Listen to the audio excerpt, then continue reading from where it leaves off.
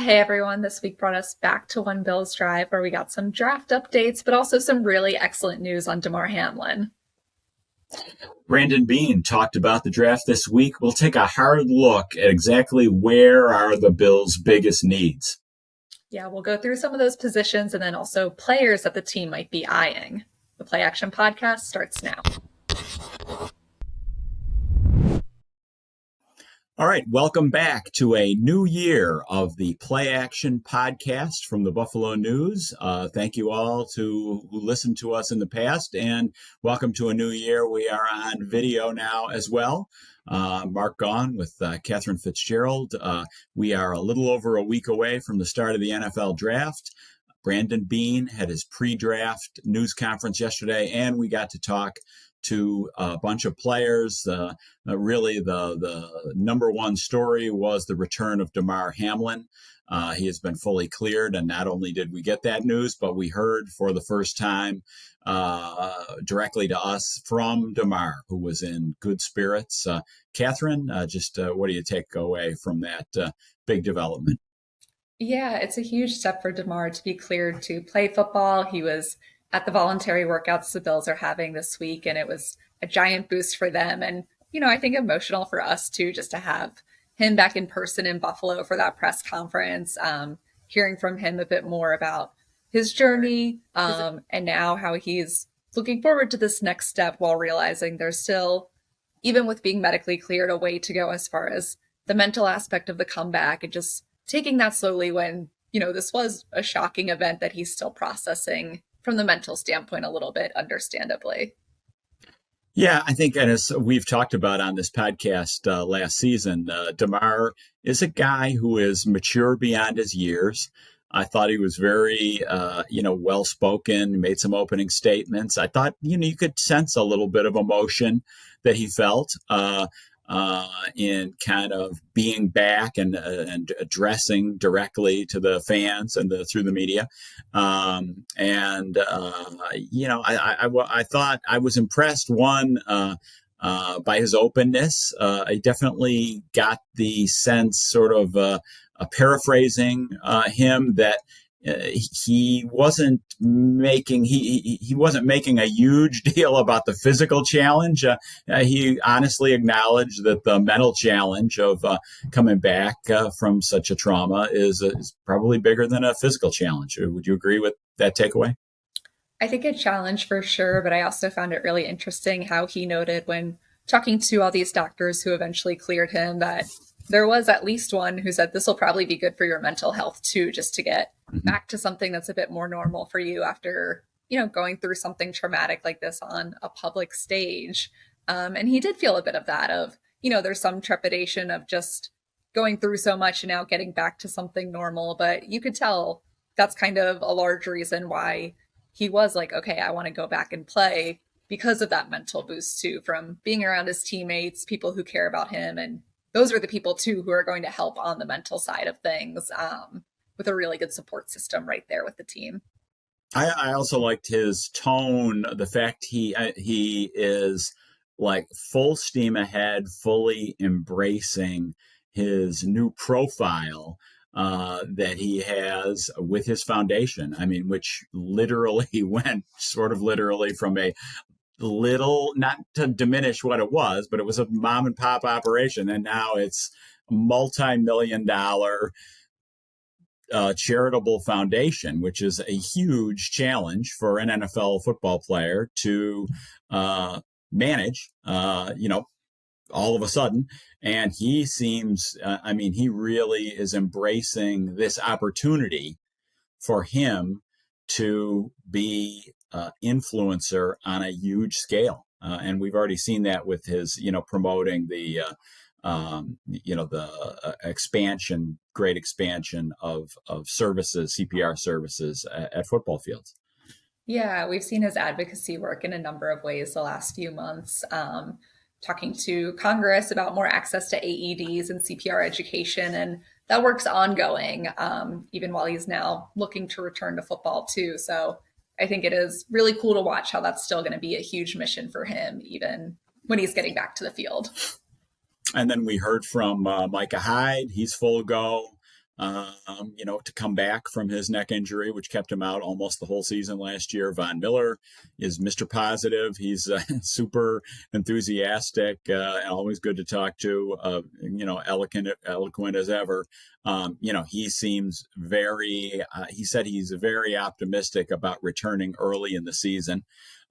So we'll just see. We're just going to have to see where that stands. We're really not going to know much until training camp in July and August on that. I still think there's no need to hurry him back at all. Having Von at the end of the season is way more important than having him at the start of the season. And then we heard from Josh Allen, who said he's going to, talked a little bit about being more careful with his body. Yeah, we got a lot of injury updates and then a preventative side look from Josh, who said he's used to sometimes being a football player first, a quarterback second, and he's going to try to reverse that now that he's getting old, which I think made everyone around him feel older. But yeah, an interesting kind of mindset from him. I think it's still a little too early to say he always wants to protect himself better, but let's see what that actually looks like when it translates to, okay, now you're in the game. How are you approaching this? Right. I think the much bigger issue is I don't view it is an issue, because he's got to stay healthy. It's critical. He's the franchise. But the far bigger issue is how well he's going to throw the ball versus how well he's going to run the ball. And that depends on who he's got around him. So let's get into that on our next segment.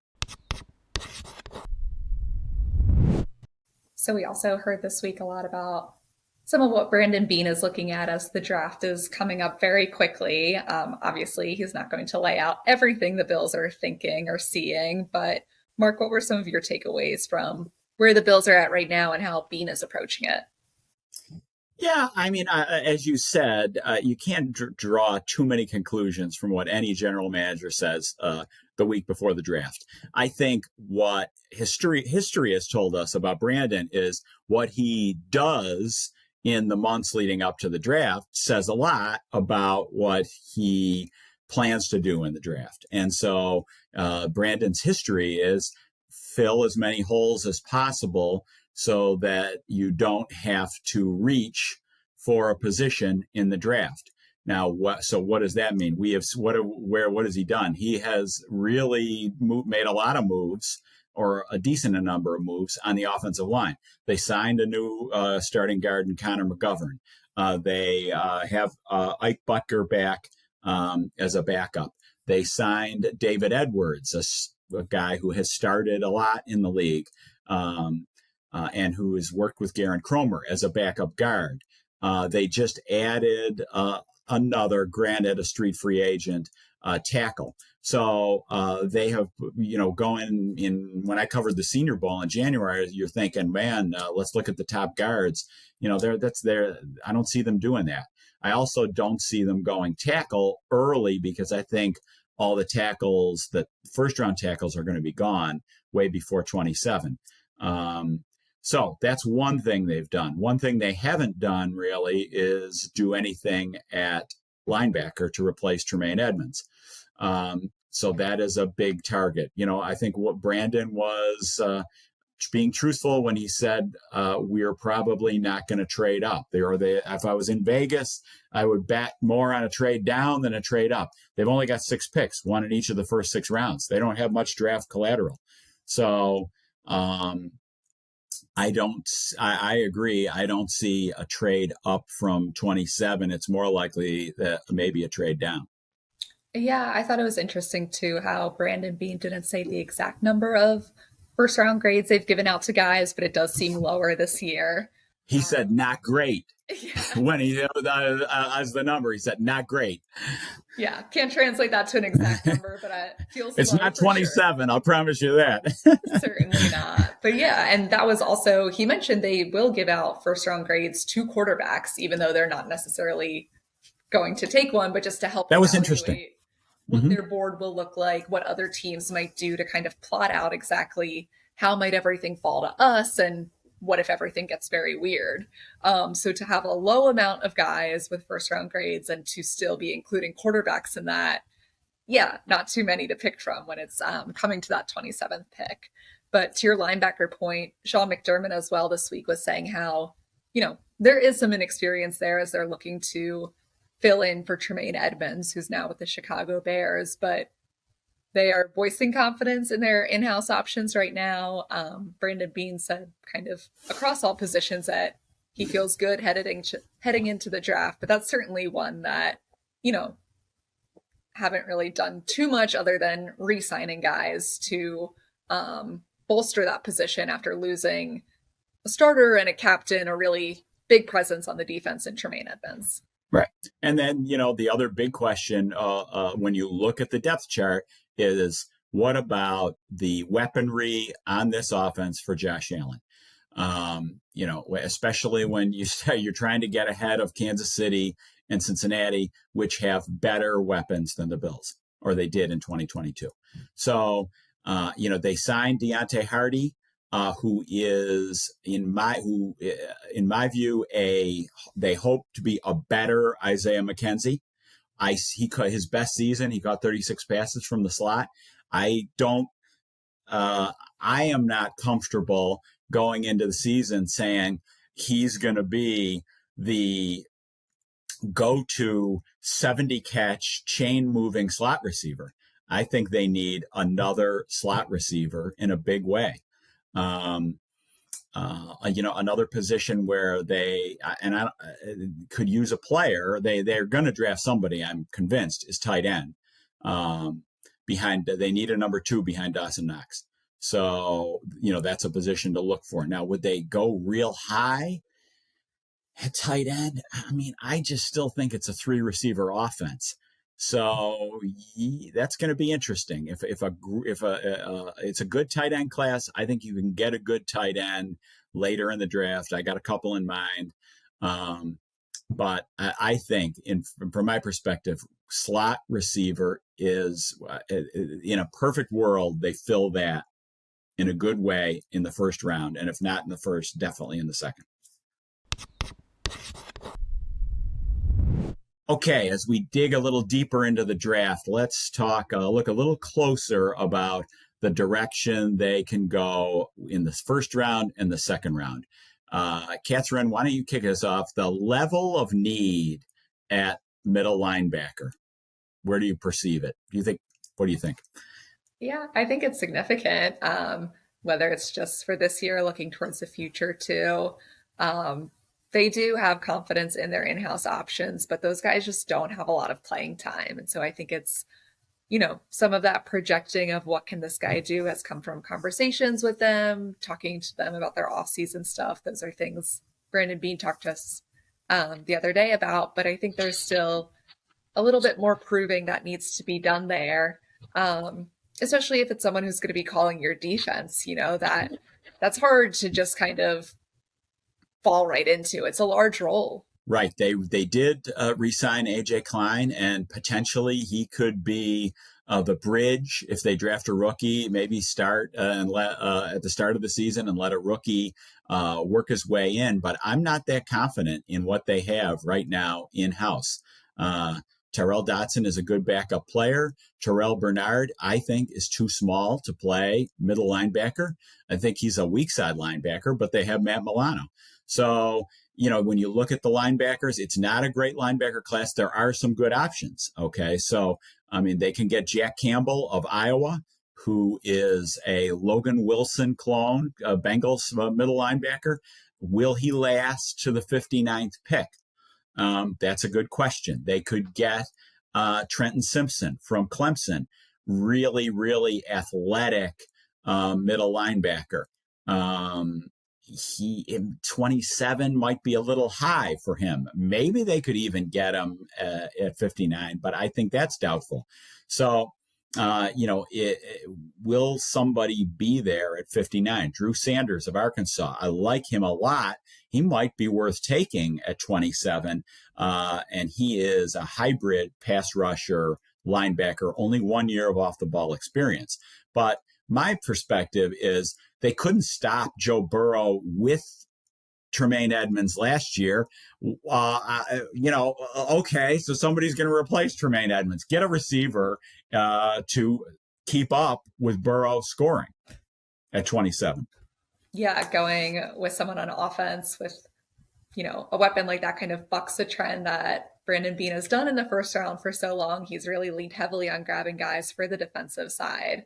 But I think there is a lot to be said for, to your point of if you want to win these games, invest in your offense more, maybe just keep trying to run up that score, really, going into year two with Ken Dorsey, have all options available. I think there are, of course, other things this offense needs to change to be more effective outside of strictly the personnel.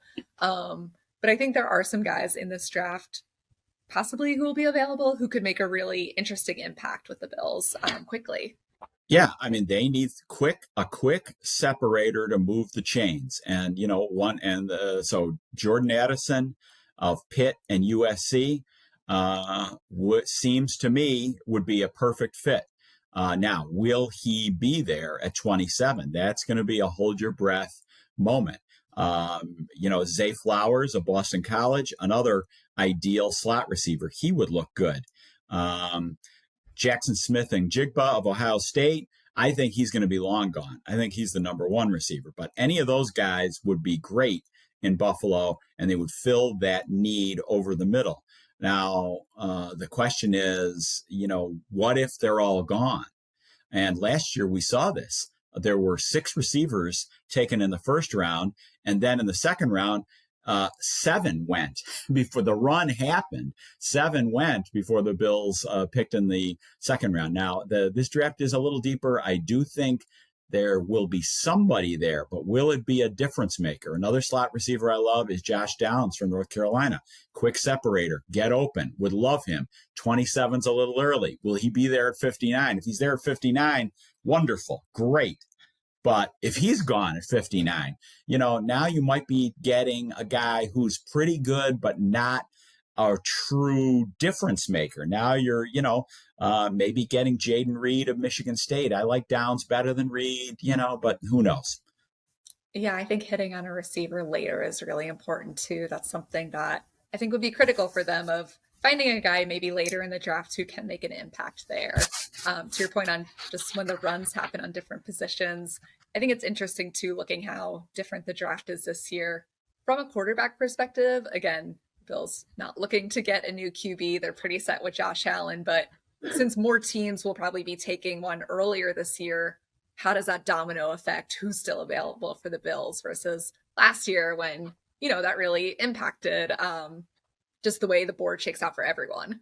Yeah, I mean, the more quarterbacks get taken above the Bills, the better for the Bills. So, so it's like if all the receivers are gone or the receivers they like are gone, then do they go linebacker? I get a player who can play. I mean, even if you have to overdraft Jack Campbell of Iowa, I'd be all for that. Even if you say, well, we could have gotten him 15 picks later in the second round, just take him. Other places that you can expect them to go, tight end, they're going to need a backup tight end, a couple guys to look for, outside of the top. It's a good, a good draft for the tight ends, but Tucker Kraft of South Dakota State in the mid to later rounds, Payne Durham of Purdue. The Bills have visited with him. They're both guys who can catch and block. The Bills like their tight ends to be dual purpose inline blockers as well as catchers. Another position to look at, defensive tackle. Now, Brandon Beane talked about how all their defensive tackles their contracts are up after this year. How much of a need is it? That's a good question because they've got 4 guys you would think are going to make the roster. They got 5 defensive ends. Is a 5th defensive tackle going to make the team? Is there an easy spot for him? I mean, yeah, he could make the team, but that's going to be a place to watch and some defensive tackles to look for. Florida's Gervon Dexter, Wisconsin's Keanu Benton, a big-time wrestler, LSU's Jacqueline Roy, South Carolina's Zach Pickens. Those are some defensive tackles if the Bills want to go there. It's not out of the question they would go edge rusher either, right? Because, week 1, Von Miller is, there's a very good chance he's not going to be on the field week 1. I think to the defensive tackles, yeah, Brandon basically said it's a position to keep an eye on, more with an eye towards the future, which is a little bit of a testament to where the Bills are at right now, that it's no longer so desperate at certain places that they know going into a draft of we have to fill all these spots. They're able to kind of project towards the future and be like, okay, a year from now, we're going to need guys here. And it's different than even just a few years ago, the way they were approaching things. Even if, Brandon Beane drafting for the defensive line isn't maybe the most exciting for fans here who have just seen it a few times now. But I think being able to keep that in mind of, okay, how do we sustain this team over the long term is significant, just as far as where the team's at. Yeah. So we'll see. I mean, I would even veer toward taking an edge rusher over a defensive tackle. Or maybe you take Drew Sanders, who is a blitzing middle linebacker, and that kind of fills half a spot on your pass rush, and he splits time with A.J. Klein at middle linebacker until he learns the ropes.